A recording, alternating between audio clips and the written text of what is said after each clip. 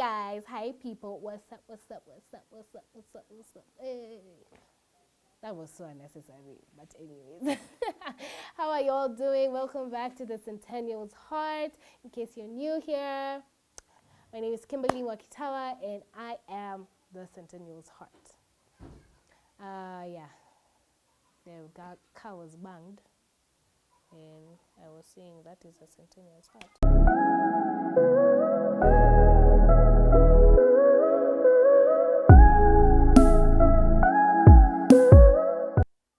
Hi guys, what's up, what's up, what's up, what's up, what's up? Hey. That was so unnecessary, but hi everyone, welcome back to the Centennials Heart. In case you're new here, hi, my name is Kimberly Wakitawa and I am the Centennials Heart. So today we're gonna talk church hurt. Like, let me tell you, we talked about this on an IG live for Frontrunners. In case you do not know what Frontrunners is a youth church of ICC Nairobi where I am a member. Whoop, whoop, whoop. Shout out to Frontrunners. Follow them on Instagram, Facebook, Twitter, everywhere, you know. Subscribe to their YouTube channel for great content. Anyways, so we talked about church hurt a few weeks ago. I think it would be like 3 weeks or 4 weeks now. I'm not so sure. And so I shared my story, and this is for me to share my story for all those who did not hear it, but also to just give insight on church hurt, because it's one of those things that after I experienced and when I started finding healing, it's been such a burden because I've had so many friends who've gone through it and I've seen what it has done to them and I know what it did to me. So it's been such a burden, and here I am giving the extended story, like the full story, all the shebang, everything that happened when it happened. So this is 2020. We're in 2020. Okay, I was about to say we're in 2021. I'm in a hurry to grow up. Loads. Anyways, in 2016 or was it 2015? So I was a member in a different church before this, and so while I was there, I was just blessed. I think I've been blessed with really great pastors, and so I became a leader in that church, and I was a teen, of course. So I was one of the teen leaders in that church, and that's because my pastor really believed in me, really trusted me, which is amazing. But unfortunately, this pastor had to take a leave from the church, and we got someone new. And in that getting someone new, it meant that the leaders had to step up. So in the leadership, we were like a squad of people, and in that squad, like, it was such a bomb squad because we'd do everything. Like, we'd go for sleepovers, we'd go out for lunch, we'd literally do almost everything together. And I love these people with all my heart. And so unfortunately, there was one bad potato in the squad, and unfortunately I did not realize it until it was too late.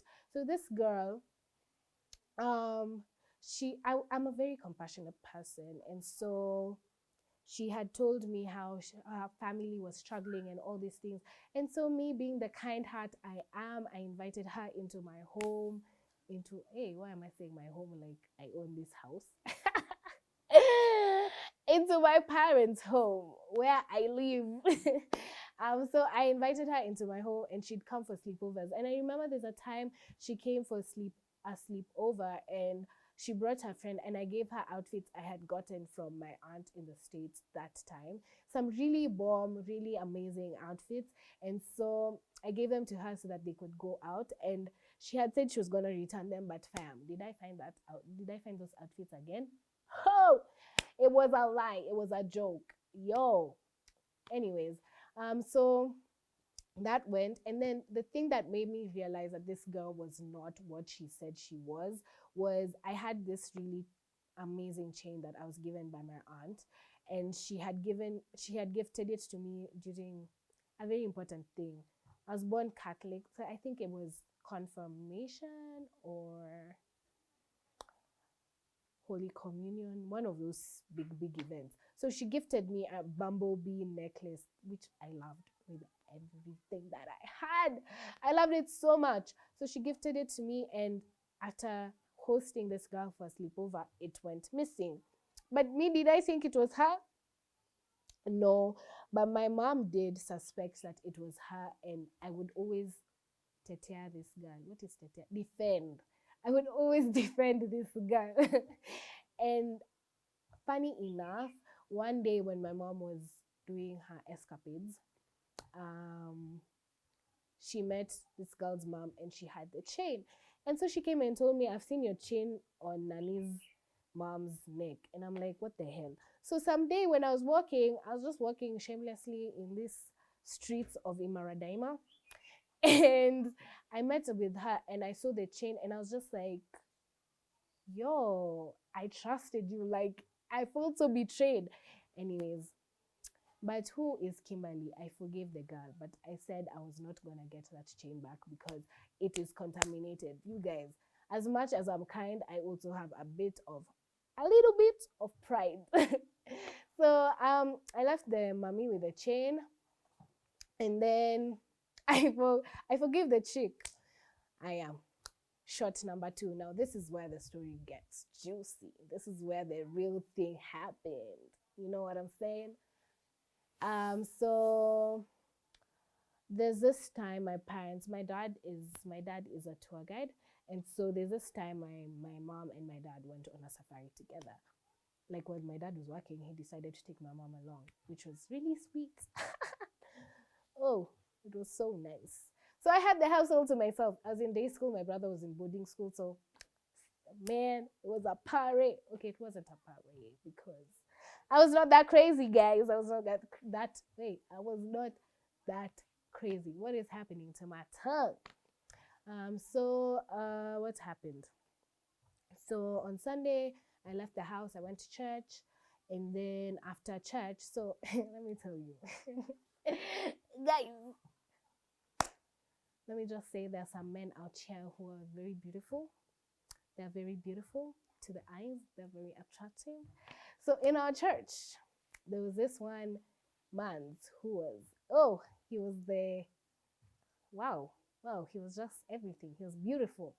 And so my teenage self, like, we were so weird. We'd call each other babe at that time. He was not my boyfriend or anything, just to clarify.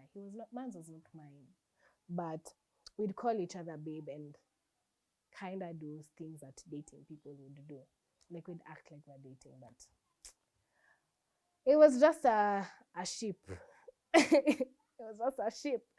So after service, Mans said, I don't mind coming to your place. So we came to my place with Mans, the mommy, and not the mommy, because I said the mommy is the mom, the chick, and some other guy who was friends with us. So we came, we chilled, we had lunch. Did we have lunch? Okay, I don't remember. I think we had lunch. We had some juice, and then me and Mans started taking pictures. And who was taking pictures? The chick. The chick was the one taking the pictures. And they were a bit, okay, they weren't that serious, but they were, for that age, I'm just like, those were some weird pictures. But they weren't as serious as you think. So we took the pictures, and then on Man's phone, and then it figured like around 6 p.m. and people went their separate ways. People went home. So after that, my parents came back and all these things. And then a week later, the chick went and started spreading rumors. So wake a post button up, and then let's rewind. So in Imara, there was this movie shop where people would do anything. Like, it was a movie shop, but it was a hangout spot. So people would take drugs there. And I would go there because my best friend at the time would always like to play there. And also his brother loved playing there. And his brother was another human being who was created with a special touch from the Lord. I had a major crush on this man's. And the man's was also kind of, on my radar, which was, hey, I was feeling so good. So I'd go there to hang out with my best friend and his brother. This reminds me of the song from iCarly. Is it iCarly or Victorious? Victorious. My best friend's brother is the one for me. Yeah, yeah, yeah, yeah. Yeah, that's a song I'd sing all the time when I was with my best friend. I'd just be like, my best friend's brother is the one for me. Anyways, sorry for the extraness, guys. Sorry. Anyways, so okay, so many anyways is so let's get back to the story. So I used to chill there, and well, me, I was just friends with all these people. I really didn't care what they did. Me, I was just I'm a very friendly person, and so I was friends with all these people. So now let's go back to the story. So these are two different stories. So back to the main story. So a week later, or a week or two, I'm not sure how long it was later. I'm in church. I notice people start distancing themselves from me, and I'm just like, yo, what's the radar? And I'm just like, nah, nothing. Nothing's wrong. We're okay. We're good. We're boys, you know. But I'd noticed the distance, and I was like, yo. And for me, it hit hard because already I was battling with self-esteem issues because I felt like I was too small. Like I was too small for my. I felt like I was too small for my age. I felt like there was so much going on. I had so many issues going on at the time. So we weeks went by and this thing continued, and I was just like, what's wrong with me? Like, is it me? Is it them? Like, what's the problem? Because they also stopped texting me as often. Like, things just went for the worst. And so some Sunday, we went to church, and one of those guys in my squad went and told my mom, yo, never leave Kimberly home alone because she's not who you think she is. And so my mom was like, yo, what are you telling me? I know my daughter. And he was just like, no, you don't know your daughter. You imagine telling someone's mother that you do not know. And mind you, my mom is like my best friend. So he was like, you don't know your daughter. And my mom asked, what do you mean? And so Mans was like, okay, not Mans, let's just say boys, because we've already named someone Mans. Boys was like, she's been sleeping around. And my mom was like, what do you mean? And he was just like, yeah, she's been sleeping around. And so my mom was wondered what the story was about. So she came home and she asked me about it, and I was like, no such thing happened. I mean, yes, it's true, I invited this man's over, and we were a squad of 4 people. Like, it wasn't just the 2 of us. So it doesn't justify, but why would someone say such a thing like that? And it hit me so badly. Like, it was really bad. I would cry myself to sleep, guys, because of how hurt I was. And so the other rumor was that I was dealing drugs because of that whole place. So, hey, see, I was hurt. Yo, I was so hurt. Yani, I would just cry myself to sleep. And so my best friends at the time had to come over at some point and just stay with me and just keep me company and all these things. So another part of the story is my dad, at some point, it became so bad, my dad called the boys and he was like, you know, I can take you to court for defamation. Like, I can call the police on you for doing this to my daughter. Like, how do you just go around telling people all these things about my daughter? Like, it does not make sense. And honestly, if it wasn't for my family and friends, I don't think I would have made it through that season of my life. So after that, I went to church. I would go to church, but I would feel so lost. Like, I didn't feel like I belonged anymore. And so gratefully, I knew a couple of people from ICC, and so I started going to ICC. Like, I would just attend services on Sundays and just chill with the people I knew on those Sundays. So yeah, until I became a full member. Like, until I became a full member. So guys, church hurt is real, and I'm sure if you don't know what church hurt is, it's basically, my definition of church hurt is basically when any Christian goes against the teachings of Christ. Like, if someone does things that Christ wouldn't do, that is justified as church hurt. Whether it's your boyfriend, whether it's just a friend, whether it's a pastor, whether whoever it is, as long as they have the name Christian to them, then you are justified to say that it is church hurt. And church hurt is so real. I liked what my pastor said when we did the live. He was just like, if you haven't experienced church hurt, it is coming. And that's the reality of it, because we are all humans. And that's the truth. We are all humans, we're all people. We all fall short, we are flawed, we're not perfect, and we will eventually hurt people. Even I know I have hurt people. But the maturity comes in when you admit that you have hurt someone and you seek forgiveness, you seek repentance, and you seek reconciliation with these people. Honestly, the truth is, if it's too bad, it is okay. It is okay to leave the place that you've been hurt. It is okay to move on to greener pastures. But it is always a mature thing to seek reconciliation.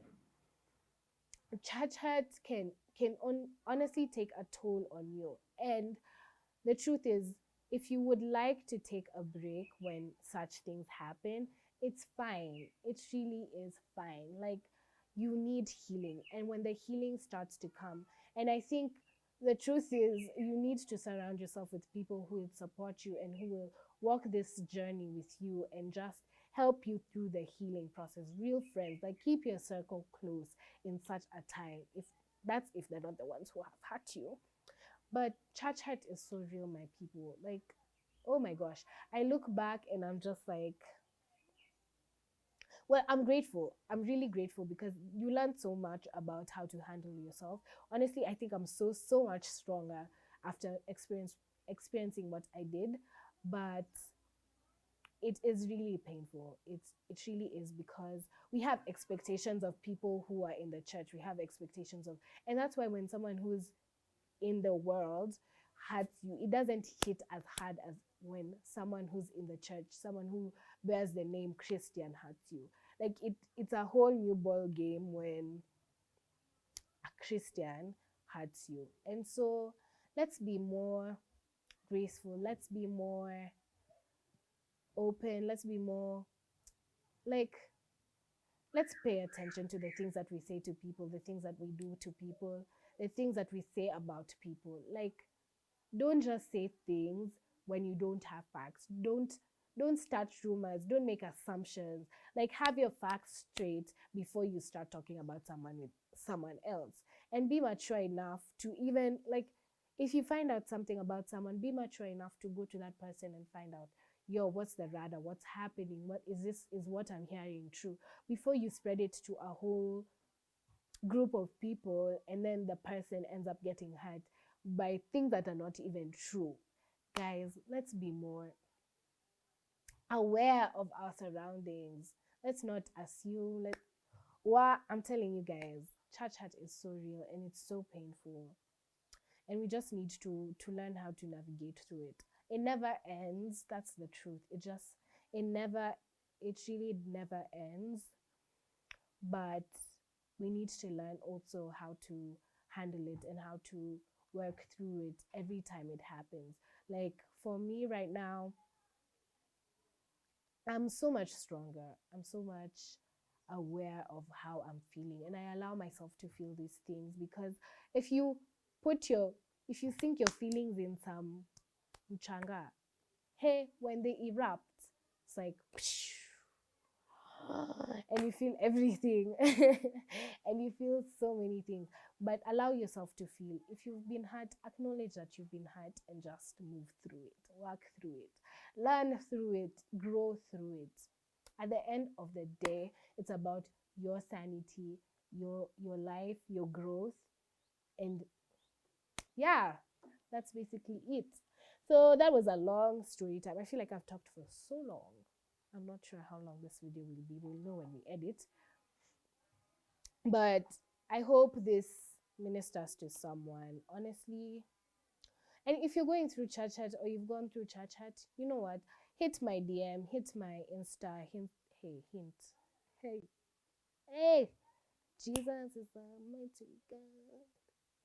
Hit my DMs, and I'm here to talk to you. I'm here to talk and to help you through whatever you may be going through. Because I understand. I really do understand how it feels to be hurt by people that you do not expect to hurt you. So that's it for this week's video. Don't forget to like, comment, share, and subscribe to my channel if you have not already subscribed.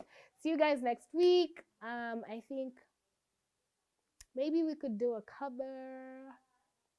Maybe we could do a music related video. We'll see how it goes. But that's it from the Centennials heart. Hey, bye guys.